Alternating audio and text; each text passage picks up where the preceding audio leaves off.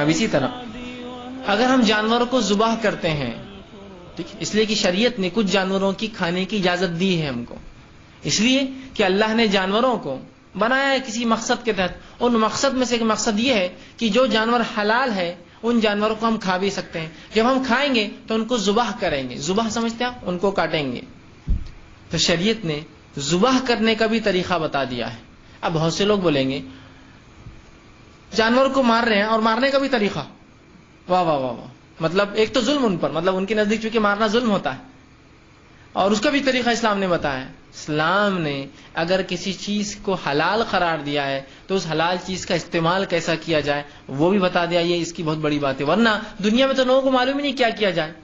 آپ کو پتا ہے چین کے اندر، چائنا کے اندر، جو آج پورا چائنا کا اتنا بڑا دنیا بھر مارکیٹ بنا ہوا ہے، اور وہ لیدر اور فر، مطلب جس کو کہیں گے چمڑے میں بھی، اور جو ایسے جانور جن کے بالوں، کھال کے اوپر بال کے ساتھ چیزیں بکتی ہیں، پرس ہوتے ہیں ان کو فرس بولتے، فر مطلب ایسے جانور جن کے اس بال، ایسا ریچھ ہے، ریچھ کے اوپر بال ہوتے ہیں نا، تو اس کی قالینیں بنتی ہیں اور مہنگی مہنگی چیزیں، بہت مہنگی. یا اسی طرح اور بھی جانور ہوتے ہیں جیسا کہ چیتا ہے نا، تو اس کی چمڑی استعمال ہوتی ہے، اس کی جلد استعمال کی جاتی ہے، اس کا جو ہے.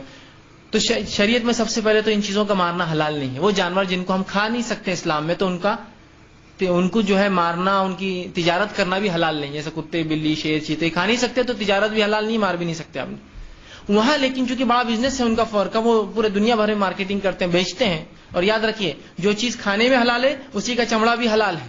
جو چیز کھانے میں حلال نہیں ہے اس کے علاوہ آپ اس کا لیدر بھی استعمال نہیں کر سکتے. تو وہاں لوگ جو ہے مختلف جانوروں کو پالتے ہیں، لیکن ان کے پاس ذبح کرنے کا طریقہ نہیں ہے. جانور تو پالتے ہیں کاٹنے کے، لیکن طریقہ نہیں ہے. تو کیسے ذبح کرتے معلوم آپ کو؟ کیسے مارتے ہیں؟ کبھی نیٹ پر جائیے، آپ دیکھیے کیسے کیسے ظلم ڈھاتے ہیں جانوروں پر، کہ وہ جانوروں کو پکڑ کر لاتے ہیں، ٹھیک، اور جو کام کرنے والے ہوتے ہیں وہ پکڑتے ہیں، آپ دیکھیے نیٹ پر، ان کے پیروں کو باندھ دیتے ہیں اور ہاتھوں کو باندھ دیتے ہیں، اور پکڑ کے ایسا پٹک پٹک کے وہ کر رہے ہیں ان کو. جانور مرتا نہیں ہے اس سے، اس کی اسکل ٹوٹ جاتی ہے، اس کا کھوپڑی ٹوٹ جاتی ہے، مرتا نہیں ہے. لیکن اور اسی جانور پر جو ابھی مرا نہیں ہے اس کی کھال نکالنا شروع کر دیتے ہیں، زندہ جانور کی.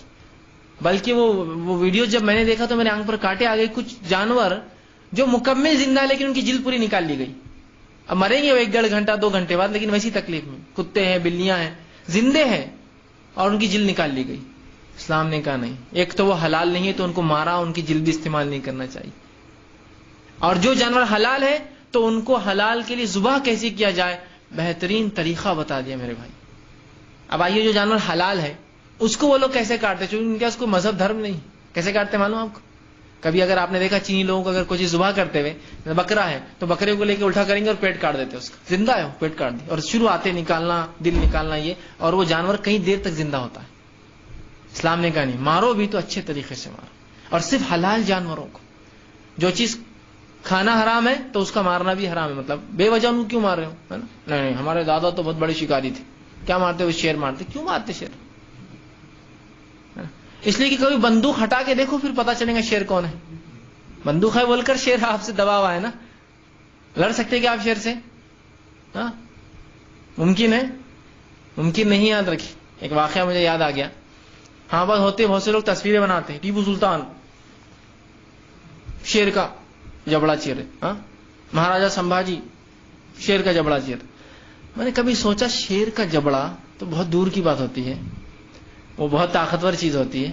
کبھی کتے کے جبڑے کو چیرنے کی کوشش کیجیے آپ زندہ، پھر بتاتا آپ کو کیا ہے بول کر. شیر تو بہت بڑی بات ہوتی ہے نا.